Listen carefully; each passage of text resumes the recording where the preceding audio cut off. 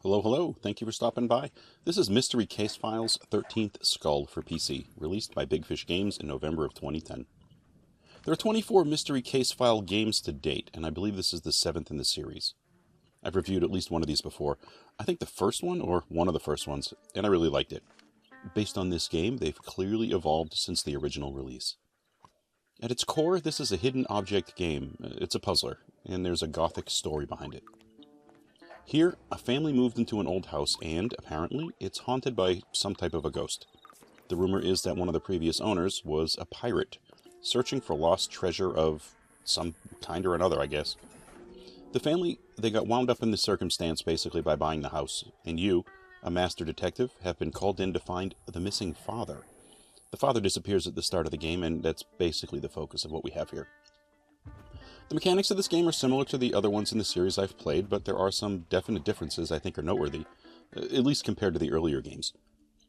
The most basic puzzling in this game, which is what the earliest ones in the series leveraged, is the hidden object puzzle. You're faced with a static image in a room, and it's filled with clutter. There are going to be many varied objects in the room, and some are going to be easier to identify than others. You have a list, and when you enter the puzzle, you have to figure out where all those items are, and you just click on them. You get them all, you get a solve.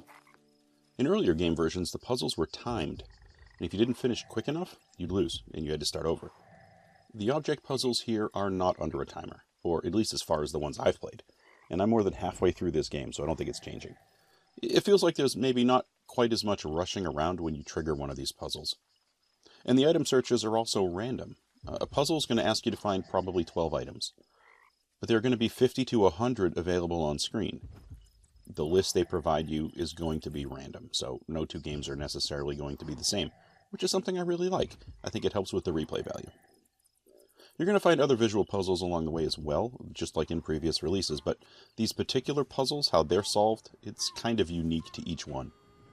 But I find that there are a lot of tile flipping puzzles here, where you're trying to reveal an image of some type based on whatever mechanics that particular puzzle has. You click one tile, and 2 tiles flip over that are next to it, that sort of deal. The basic puzzles all work fine, and it was actually kind of what I was expecting when I started playing, and if you like games of this nature, I think it's going to feel pretty satisfying. Past these basic puzzles, I think we have some significant differences that really impressed me. I was not expecting full motion video. There are a bunch of videos showing characters, and they flush out the story. And like a point-and-click adventure, you're going to ask them questions, they're going to give you information, and you can also search rooms outside of the basic puzzles that I was talking about already. I think these interactions help define the story further, and it also unlocks instructions as to what you need to do next. Often, this is going to be you just performing some new searching task, probably finding a bunch of specific items and putting them in a particular location. I think all these tasks are interesting, because in prior games you just had that one screen to search, and now you have to potentially find things strewn across multiple screens. As you search the various rooms and areas doing the normal puzzles, and you're looking for things, you kind of need to pay attention to additional details that might be on the screen.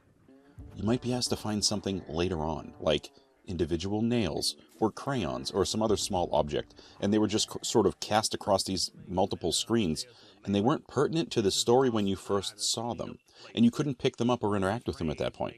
But now you might have to remember where they were, and then you have to go back and start searching for them.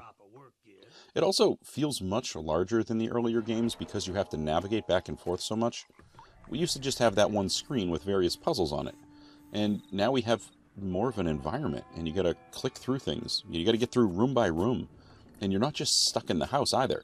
You're gonna go outside, and you're gonna wander around looking for clues and items. You're gonna go to the town, you're gonna go to see some neighbors. It's kind of like they mashed a point-and-click adventure together with a hidden object puzzler, and I was not expecting it, and it kind of makes the game more interesting for me. I think the graphics and sound are definitely a step up. I mean, there have been years in between when these games are created. I liked what they had previously just fine, but the resolution wasn't as good. And those early games, that made searching a little harder on screen. Here, we have higher resolution, we have more detail in the environments, and the screen ratio fits the screen better. And with the full motion video being decent, and the actors speaking clearly, it all feels like it's working better. The acting in the FMV scenes, I think it's what you'd expect for a game like this. I can't say it's great, I won't say it's terrible. It's definitely better than many of the games I've played over the years.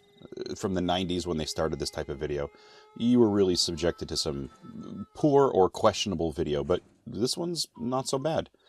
I guess I just haven't found myself groaning too much with this game when the video plays. It makes sense to me, it gives across information that it needs to give across, and overall, I'm okay with it. I've been playing this on a Windows tablet mostly, but also on a laptop, and I think it works really well with a touchscreen, but it also works fine with the mouse. It works pretty much across the board. I'm most of the way through this, and like the other games in the series, I'm really enjoying this experience. We get a gothic ghost mystery, and that's fine, but it's really the puzzles that I want to get to in a game like this. I just want the observation and the picking and clicking. Here, they've given me that. They've given me what I expected and what I've wanted from the previous games I played, and then they threw in some new mechanics that make me like it more. I enjoy a good puzzler. This one fits the bill. You can still buy most of these Mystery Case File games on Steam, and I think many of them actually have collector edition versions. I imagine they've run multiple updates on the games since this one came out, but I'm not sure. It's a decent enough play, I think, though. Well, that's all I have today for Mystery Case Files 13th Skull for PC. Thanks for stopping by for a look, and I hope to catch you on another video.